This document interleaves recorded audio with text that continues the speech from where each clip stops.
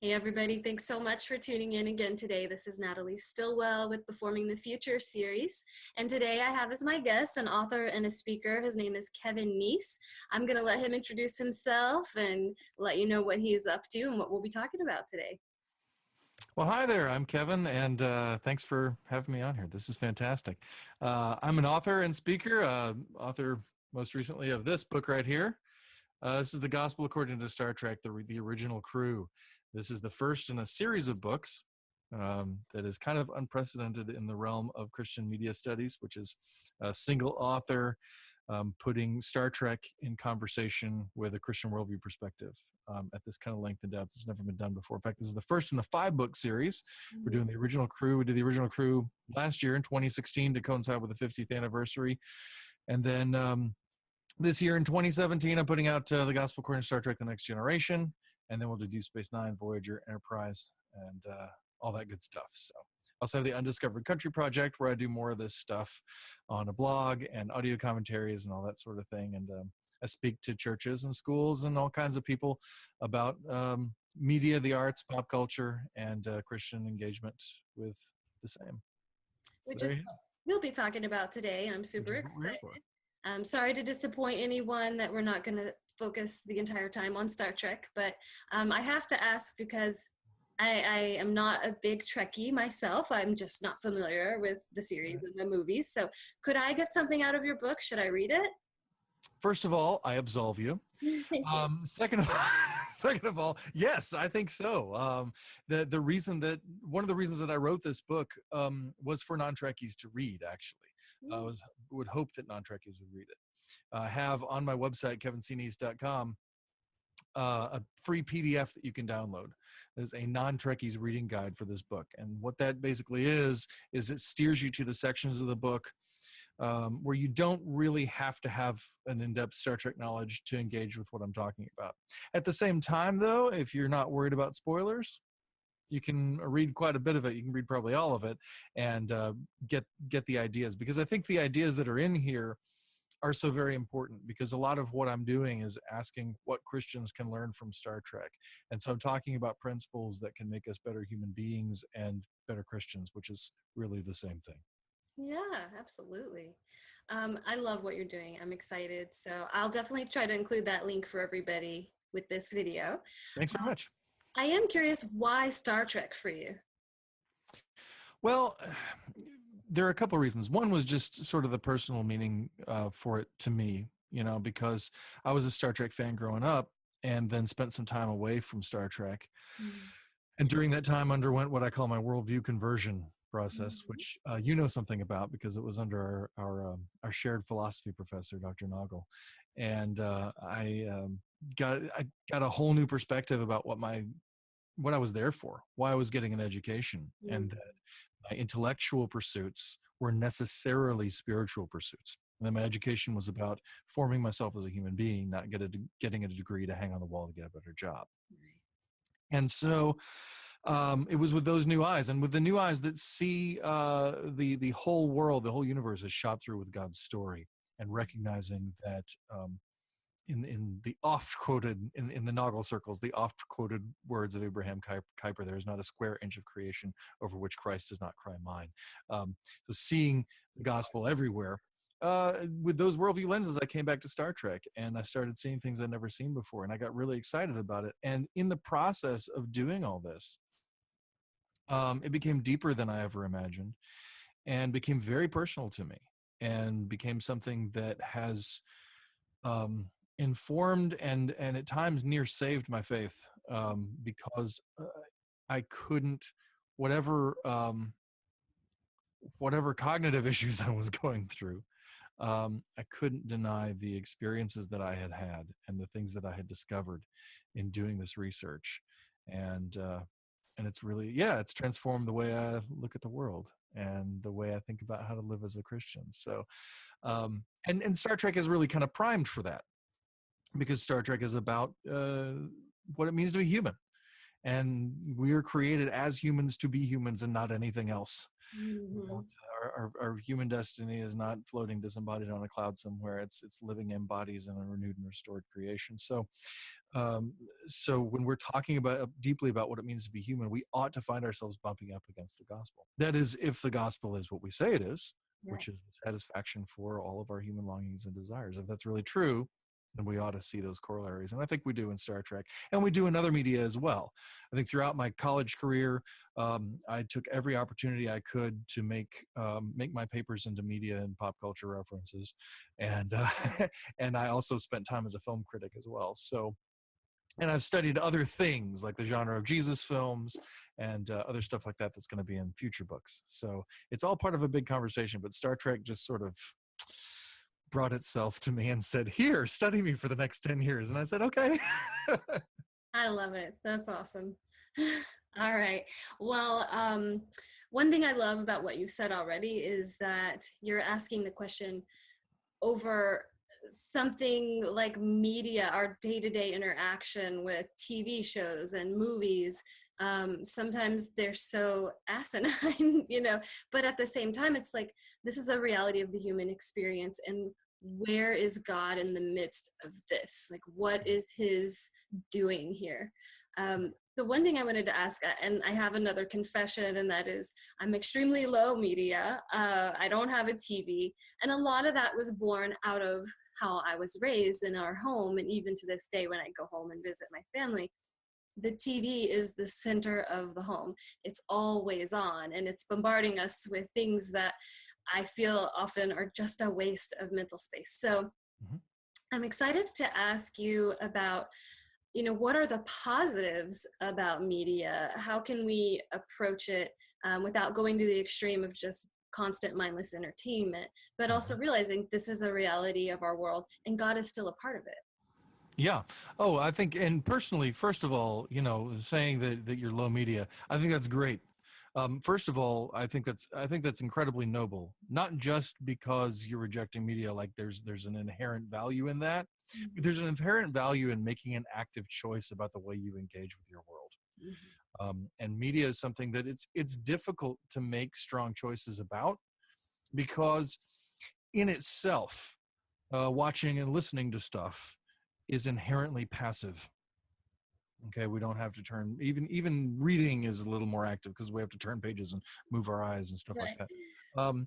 But there's an inherent passivity to it, and so and it's also, as you say, I mean, it's so embedded in the fabric of our culture that it's difficult to think carefully or clearly about how we're engaging it because we tend to engage by habit. And a lot of that, as you point out, has to do with the environment in which we're raised, which is true of everything we encounter in life. But media, in general, the thing to remember is that the reason we have media is a way to understand, define, and express ourselves. There's a phrase that floats out there that I grabbed a long time ago that says, if it's not popular, it's not culture. We talk about popular culture, but really culture in itself must be propagated popularly to exist. Okay? In some form, popular meaning of the people, not necessarily widespread. But so our culture understands, defines, and expresses itself through media. So if we're not engaging media to some degree or another, we're really not engaging the fullness or the breadth of our culture. And when we're talking about those things, we're talking about communication, we're talking about art, we're talking about things that people have made.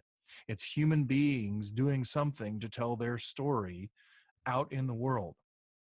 Now, a lot of that gets co-opted by commercial interests, and that's a part of it too. If we ask questions about how those commercial interests interfere with and influence and shape the things that we watch and listen and engage with in media, that's another way to actively engage with what we're doing and not just accept everything through the filter of nothing and to think about where things are coming from. But because this is a human endeavor that's important to us, because these are human beings telling stories that matter to them, talking about things they care about. Hollywood isn't all just about money. You know, people have to care about what they're doing to work the 16-hour days. You know, to crank out what they're doing.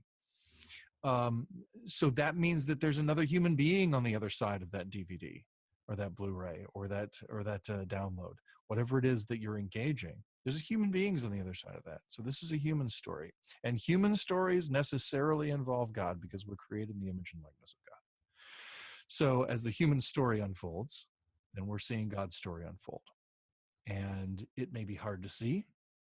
You know, the image of God that is in us, it may be marred, maybe broken, maybe stumbling along to find itself, but it's in there. And our ability to look at things that we might normally write off and ask, is God at work in this? How is God at work at this? What is God leading me to because of this? How can I engage this in a way that glorifies and honors God? All those kinds of things help us to not only engage with those pieces of media, but with other human beings. And if we can overcome the ways that we would write something off that maybe comes on the television, maybe we can overcome the ways that we might write off the people that those things represent. And I'm hearing a lot of promotion of asking the questions, not just accepting what's coming at you, but questioning it. Do you also with your son? You have a 7-year-old son, right? Oh yeah. Is he aware that there's propaganda elements and things that he needs to start kind of filtering for himself? Yeah, we're really careful about media with him for the most part. I think we've gotten to a point where there are a lot of things that are acceptable for him because he's just smart. And not, I don't mean to say that kids for whom things aren't acceptable aren't smart. I just mean that he's smart about the things that we're concerned about. He's educated about the things which we're concerned about. And he would, he would know that something comes on. He knows it's just an ad, and sometimes he'll say, something will come on and it'll be for some violent video game or movie or whatever, and he'll be like, bad ad. He started saying that, and he'll just go away from it. But he's aware that people are marketing things to him, and that if he sees a cool toy on an advertisement, that's not something that's just going to magically fall in his lap just because he thinks he wants it right now. That costs money, and we don't have $40 to drop on that particular piece of plastic this week. Thank you very much. And he, so he gets that. He understands that, and I think he's very thoughtful about the way things are made. He's asking questions about how the animation is done. He's asking questions about how the puppets are performed, or how the special effects are done, or what's done in computer, or what's live, all that sort of thing. Of course, he has a media savvy dad, so That's so beautiful, because that's a whole other aspect of making media educational that I don't think that we even think about. It's not just watching PBS, but like actually thinking about how what you're watching came to be. Yes. He'll watch a thing. It's so cool because he's watching something, and there's a character who's, it's like you're in somebody's house, and there's a character who, or you're somewhere and somebody walks in the frame, and it seems like they just kind of bump into somebody, go, oh, excuse me, whatever. And he's like, they didn't really just have that accent. He's like, they're supposed to do that. That's in the script. He's like, that's an actor, and they're not really wanting that. They're just really, they're doing it because it's written. Now, this is all part of the show. I'm like, yes. Or like, he was watching a thing the other day. Somebody went to go get in their car, and he's like, they're not really going to a car. They're just walking out of frame. Like, yes, exactly. Yes. So just even the ability to talk to kids about the craft behind what they're watching and what they're seeing, that does a number of things, not the least of which is to help separate fantasy from reality, which with kids younger than him particularly, that's very important for us to do. And so it's very important the kinds of stories we tell to children and how we tell them. and whether or not we're honest about those stories with them. And being honest about media and the way it's produced is one of the ways we can do that. Mm-hmm. Now, how do you utilize media with your son? Like, what are some tips we can take away from your experiences and your approach right now? My history with him and media was, first of all, that we were very careful with it. And somebody posted a video, I think to Facebook or something, a few days ago that I saw, and it was this cute little video where they found that at night their 2-year-old was in their little crib thing singing the Imperial March from Star Wars. Mm-hmm. And I was like, oh, that's adorable, but your 2-year-old shouldn't be watching Star Wars. You know, we avoided, you know, all, I mean, we would go to a restaurant and it would be hard sometimes because there's televisions on the walls, just whichever direction you turn. It's like, how do we sit down so that the baby is not looking at the television, you know? Because it's not good for brain development to be introduced to fast moving cuts and things within the first couple of years. So it wasn't until he was 2.5, nearly 3 years old, that he started watching anything, and we started slow and gentle. We watched Maisie. It's a great show for kids who are just getting into media. It's very quiet, very simple, very simple, but very adorable, and not annoying or irritating at all. But going for gentler things. Not SpongeBob, flashy, crazy, loud, obnoxious. SpongeBob is not a kid's show. Don't believe anybody who tells you SpongeBob is a kid's show. It is not. Mm-hmm. Oh man, I can't believe that's marketed to children at all. But yeah, in fact, we even I remember we were checking out DVDs from the library, and we got an Elmo DVD, and I was like, Elmo. I love Muppets. I love Henson. I love, you know, this is great. This will be cool. It was so irritating and so annoying. This is when he was just, you know, he was like 3 years old. And I was like, this is no. I just stopped it because it was just too, you know, insane with the overstimulating kind of thing. And that was when I introduced Mr. Rogers' Neighborhood, which, if I could suggest anything to parents for children to watch, the number one thing I would say is Mr. Rogers' Neighborhood. It's the greatest thing. I know it's not on the air anymore, but it's on Amazon Prime, and it was on Netflix at one point. Some of it may still be on Netflix, but get your hands on some Mr. Rogers. What's great about Mr. Rogers? I grew up on him, but why? Why are you so big on it? It's completely different from anything else in children's television. It's an adult interacting with a child on their level without being condescending. It doesn't do a lot of flash and dazzle. It doesn't do a lot of things to try to grab attention. It invites attention.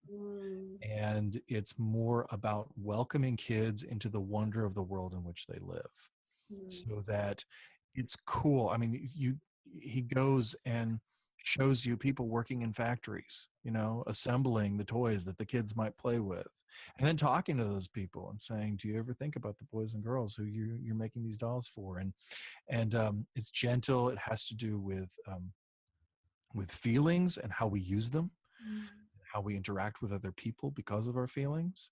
There's so many things, and it's just it's remarkably good. I can't tell you how many times, because I have, one of the things that I did before Aiden was born was we had a TiVo back in the TiVo days. We had a TiVo, and it had a DVD recorder in it, and I set it up to record Mr. Rogers, and I burned like 300 some odd episodes to DVD. Wow. And that, like, you know, that's his inheritance, you know, his media inheritance. But and he would watch those things over and over and over and over and over. And so I can now, even to this day, he still watches it. He's 7. He's been watching since he was like 3 or 4. Yeah, he's been watching since he was 3. He still enjoys it. It's not he watches a lot of other stuff now too, but you know, for the longest time, that was just about all he watched. And I can talk to him. I think I even, like, just today said, oh yeah, you remember, like, in the Mr. Rogers thing when King Friday said no play allowed, and I was able to take that episode of Mr. Rogers and talk to him about our relationship to law. talk to him about just law and unjust law and how the people relate to government and all that sort of stuff. He's 7 years old, you know, and, you know, without my even planning it, this folds into a conversation about our relationship to God and what we're here to do and stewardship of creation and all this stuff. And I'm like, this is awesome. You know, I didn't plan any of this, but it's just unfolding in the van after we get home from shopping for groceries, you know. But, you know, if you have that kind of deep engagement, you know, these little gifts come to you. I love that. You're being thoughtful about what he's consuming. You're kind of you're going alongside of him. And then these opportunities arise where you can take, you know, a story, kind of like Jesus in the parables, and you can tease it out for him and like, oh, this is how this applies to real life and how you can grasp some overarching, hugely important reality in our world. So that's a real positive about media when it's used wisely as a tool. You know? Absolutely. And I think a key to it is your own engagement with it. Because, I mean, I'm familiar with these episodes because I sat down and watched them before I showed them to him. I sat down and watched them with him. He would talk to me about things that were in him and want to show them to me. And I would take the time to say, oh, okay, show me. And I'd watch it, you know. I'm familiar with these things, so I'm conversant with them. So I'm conversant with the media world that he knows and that he lives in. And so then I can help him to interact with that world because I'm aware of it. If we just sit him in the other room and let him watch television, which of course sometimes we do, but we're aware of what he's watching. But if that was all we didn't pay attention to what he was watching, then he's developing this whole, his worldview is developing while he's watching these things, you know, because this is, again, a human communicative medium, which means that other human beings are coming into my house and talking to my kid. They're telling him stories and they're influencing his values. Okay. And so as that happens, that's either going to happen with my involvement or without my involvement. And if it happens with my involvement, then I can be more proactive in that. And I can have conversations with him about what he's watching, and I can reference those things. You know, there was a Christmas special that we saw on Sprout this year, and it was this guy who wanted to stop Christmas for everybody because he didn't get his wish from Santa Claus when he was a kid. You know, but then he found out that he really did get his wish from Santa Claus, and it just hadn't gotten to him because his dog buried in the backyard, whatever. And I was like, okay, great. And then he's like, oh, well, now I'm going to be nice to everybody. And I said to Aiden, I was like, and I knew he knew this, but I was like, okay. So he decided to be better because he found out that he was wrong, right? He found out that Santa Claus really didn't remember him and he really did get his wish. Well, what if he wasn't right? What if Santa Claus didn't give him his wish? Did that give him the right to go take Christmas away from everybody? Was he acting right because of what happened to him? No, he wasn't, you know. So we just have that little conversation. And it's a great way to discuss those. So if I'm thinking deeply about it, a lot of people would just say, oh, yay, isn't that a cute little show? But if I think about it from a narrative standpoint, I think about the ethics that are at play, then I can figure out a way to have a conversation about that with my son that lets him know, you know, without lecturing him, but just discussing it. And I have to apologize because I know that my little person is knocking at the door with his daddy right now. So I'm going to put you on hold, and I am so sorry. No problem. Right. Kids are great. That's what we're here talking about is kids. Come on, kids are awesome. Those are the kinds of interruptions that are worth having in life. You know, people apologize for their kids all the time, and I understand that on a certain level, but at the same time, it's like, it's a gift. It's a beautiful gift that you have. Look, it's your little person. Hi. All right, so moving forward, like if you have older children who can handle other kinds of content, or, you know, say somebody is a step parent and their child is watching all sorts of other things when they're not with them. What are and again too, like with your own children, you just can't shelter them when they go to grandma's over Christmas and the other kids are watching whatever in the back room, you know, like they're going to see stuff everywhere you go. if they're in school, they're going to see something on somebody's phone, and so you can't shelter them. But what are some tips for, equipping them, forming them in the face of the inevitable, upsetting, maybe inappropriate sort of things that they might be encountering? Well, a lot of it just has to do, I think a lot of the moral formation that we do in and around media, I mean, it's our interaction with media is just an extension of everything else we're doing as a parent. Interaction with media is how we is one extension of how we interact with the rest of the world, And so if you have a child who's, I think having that dialogue going on, having a house, having a relationship wherein we talk about the way we feel about things and we don't judge one another for the way we feel about things, and we're open and honest with one another, and we know that it's safe to come to mom or dad and talk about something that maybe you think you shouldn't have seen, or maybe you think you shouldn't have done, or something like that, because we're not going to respond in anger. We're going to respond in grace and mercy and love. We're going to try to embody the way God responds to us, and the way we respond to you.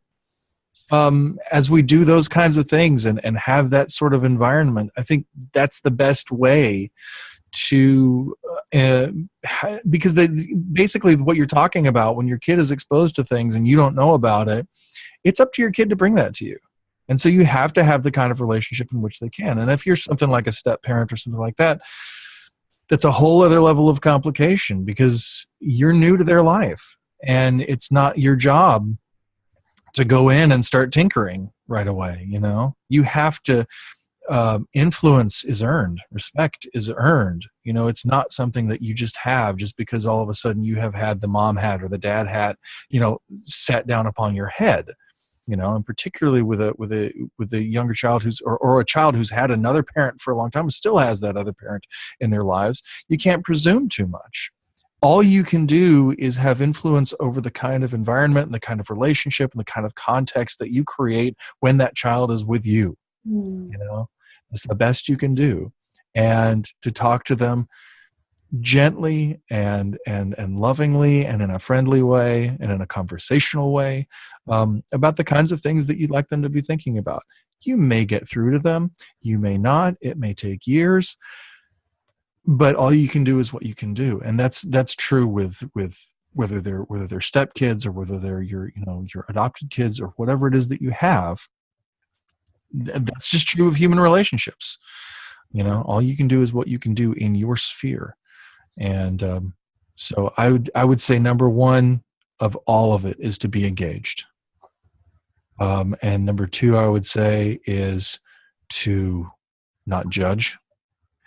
And number three, I would say, is to be gentle. These are not necessarily ranked in order, but they all go together.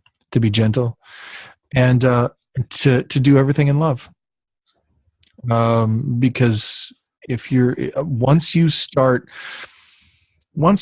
trying to construct a lot of rules to make things happen the way you want them to happen, that's just an opportunity for a kid to get around that. That's just kind of putting a fence, putting a wall up. We do make rules, sure, but the more you can cultivate a family culture wherein this is just the way things are and this is just the way we do things, and here's why. I think it's a big thing. Always tell kids why. If you do say, no, we can't watch that, well, here's why. Because kids want to know why. They don't want to just hear because I said so. That doesn't work. And that's not respecting their humanity, and that's not respecting their ability to think and reason. And so, yeah. No, I love that. That is so helpful and so true. Very good practical advice. And one thing that I know you've written an article about is this concept of bad guys. And I mean, certainly within a young boys, you're going to hear that in like the average conversation, playtime. So can you share a little bit with our audience about what your thoughts were when you wrote that article? Are you? I think you're referring to villains should and shouldn't be redeemed. Is that the one? Yeah. So that article was really written more for adult consumption, but it was more about as Christians creating or telling stories. Should our villains be redeemed or should they not? And what I come down to is it kind of depends on the function of your villain in the story. And I think really villains in general are problematic to good storytelling, honestly. This is a theory that I'm working on now, and everybody says I'm crazy, but I think villains can be problematic to good storytelling because of the way usually because of the way we structure them. But one of the great things that we often see in Star Trek, particularly, is that redemption is offered to the villain at least. Mm-hmm. I rarely see stories where the villain is actually redeemed, where the actual villain turns around and comes and joins the rest of us. Sometimes we see that in some better children's media. But one of the things that I hated when I was doing film reviews as a film critic, because I was doing kid and teen movies, was at the end of all these movies, we couldn't kill the villain, so we would just humiliate and torture them. And that was somehow worse, somehow worse than the villain falling off a cliff because of their own, foolishness. To have our heroes electrocute them or mock them or, embarrass them or, those sorts of things. It just that's never justified. That's never right. It just dehumanizes the other. And I really hate the phrase bad guys. It drives me crazy. It has entered my son's vocabulary despite all my best efforts. I really hate it because it says that there are people in the world and like the word stranger, becomes a problem because a stranger is a bad person, but really everybody's a stranger until you meet them and get to know them. Yeah. So somebody wrote an article suggesting using the word tricky people, that there are people, not just people you don't know, but people who are trying to trick you. Those are the dangerous people. Mm-hmm. Hi. and so but one of the things that I grabbed from Mr. Rogers that I've applied over and over is he has a song that says sometimes people are good and they do just what they should, but the very same people who are good sometimes are the very same people who are bad sometimes. It's funny, but it's true. It's the same, isn't it, for me? Isn't it the same for you? Mm-hmm. And the idea is it's not a bad person. It's a person doing bad things, and they may be doing a lot of bad things, but they have a choice, and they can make better choices. How can we help them make better choices?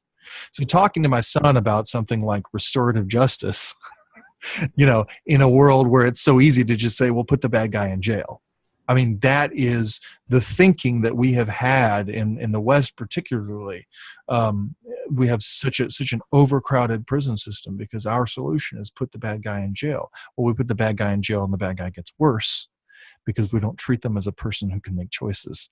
We treat them as a person who needs to be, spanked for what they're doing wrong. And then, they'll do right next time. No, they just learn how to do wrong better. And so the idea of restorative justice, of figuring out why people are doing the wrong things they're doing and trying to help them make better choices. Boy, that's a lot harder and that's a lot longer road. But that is the more human road. That is the more Christian road. That is the more loving road. And trying to tell that story over against, and that's one of the things that a lot of the stuff that Aiden watches, it isn't necessarily all that conflict based. We have this idea that you have to have conflict in order to have story, and on a certain level that's true. But we don't have to have a fight. We don't have to battle, And so we don't watch a lot of superhero stuff and things like that, where it's all about capturing or killing the bad guy. And so we're telling other kinds of stories. And as we run into those ideas, we ask questions. I will ask a questions like, because he'll be making up a story and a pretend and whatever, and he'll be saying, oh, I got to go get those bad guys. I'm like, okay, well, what are we going to do? What are we going to do to them? Oh, you're shooting them with a laser. Oh, what does that laser do? Does that laser kill them? Or does that laser help them stop? Does it, pull them in? And so we can talk to them and help them do better. What do we do? So that fundamentally, that's where we begin to talk about how we deal with the other. And that's a very big theme in the Star Trek book. That's a very big theme in a lot of my work. And And it's really important in our culture right now because we do a lot of othering and not a lot of one anothering. And so that's what we try to talk about, have those healing conversations. Thank you so much, Kevin. This has been really inspiring, lots of practical guidance for us. And Thank you. Would you just please remind everybody again how they could get in touch with you if they'd like? Yeah, look me up. I'm on Facebook and all that stuff. Kevin C. Neece. Neece is spelled Neece. And you can go to kevincneece.com and you can see the Undiscovered Country Project is there. All my books are there. That's the best way to get to me. It's kevincneece.com. Look me up on Facebook. There's Kevin Neece Author Speaker is my official page, Kevin Neece Official. And then Undiscovered Country Project is also on Facebook and Twitter as well. So exciting. Thank you so much, Kevin. Thank you. Appreciate you. Have a good one. You too.